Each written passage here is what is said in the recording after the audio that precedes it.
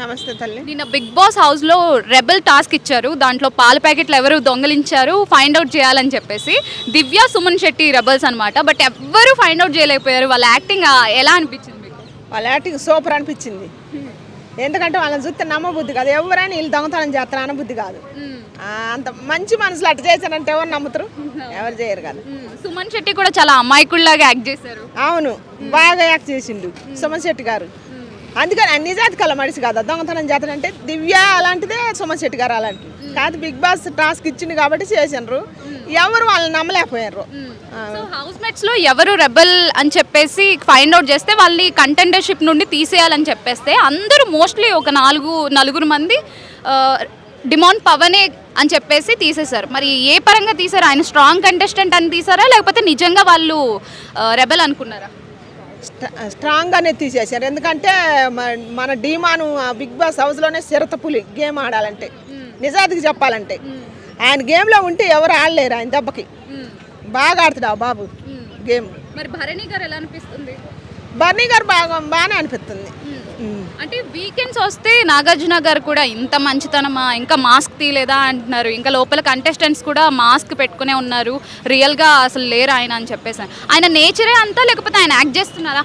Act చేయడం అంటే కొన్ని రోజుల వరకు ఓకే, కానీ మంత్ పైన అయిపోయింది, 2 months అయిపోతుంది కదా. మరి యాక్ట్ చేయలేరు కదా. యాక్ట్ చేయలే పాప. ఆయన నేచరే అట్ట. నిజంగానే ఆయన అట్టనే ఉండు. నిజంగానే రియలే అయింది. బయటలో అట్నే ఉండు, లోపల అట్నే ఉండు. 1 రోజు 2 రోజులు నటిస్తారు. రోజు బయటికి పోయి వచ్చినా కూడా నటిస్తాడా? చూసే వాళ్ళకి అట్ట అనిపిస్తుంది, కానీ నాకు అనిపించలే. ఆయన నిజమే, నటన కాదు, కన్నింగ్ కాదు. మాస్క్ వేసుకోవాలా, సేఫ్ గేమ్ ఆడతా. రియల్గా అట్టనే ఉండు బర్నీ గారు పాపం. తనుజా గారిని ఇప్పుడు చూడబుద్ది కావట్లా పాపం. అంతా నానా అని చెప్పి నాన్న గుండె మీద ఎగిరి తన్నింది. అంటే బయట చూస్తే ఆవిడ సీరియల్ యాక్ట్రెస్, బయట ఫ్యాన్ బేస్ కూడా చాలా ఎక్కువ ఉంది.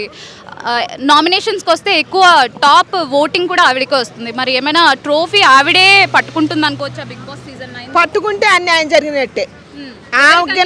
ఎవరికంటే ఈ కష్టపడి ఆడే వాళ్ళకి. ఇమానీల్ గారు అసలు ఎంత ఎంటర్టైన్మెంట్ ఇస్తుంది బిగ్ బాస్ హౌస్లో. మాలాంటి వాళ్ళు చూడాలంటే ఆయన వల్లనే.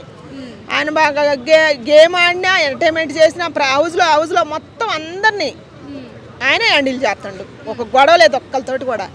మంచిగా హ్యాండిల్ చేస్తాడు. మరి డిమాండ్ పవన్ మంచిగా ఆడుతుండా పాపం. రీతు సోదరు అంత మాటపడి ఆమె గేమ్ బాగానే ఆడుతుందా? వీళ్ళందరూ కష్టపడి ఆడే వాళ్ళని వదిలిపెట్టి అసలు ఆమె గేమ్ ఏ ఊరు సపోర్ట్ లేకుండా నిలబడలేదు. ఆమె కేలకనిస్తారు. అసలు జనాలు ఏంది పిచ్చి అంతే. ఇంకా మరి ఆమె కోటింగ్ ఏ రకంగా వేస్తారో ఏమో అర్థం కావట్లేదు. మరి ఇప్పుడు నామినేషన్లో ఎవరు ఎలిమినేట్ అవుతున్నారు అనుకుంటున్నారు ఈ వీక్లోనా? పెట్టింది కదా స్పాటు. ఎవరికంటే సుమన్ గారి కాను రామురాతుడికి. రామురాతుడు ఆయన చేతుడు ఆయనే వేసుకునే మట్టి. రామురాతుడు నేను నీకన్నా స్ట్రాంగ్గా ఆడలేడని చెప్పింది ఆయనే. ఆయన తనుజు కన్నా కూడా ఆడలేడంట. ఏం పుట్టిందో ఏమో రామురాతుడు.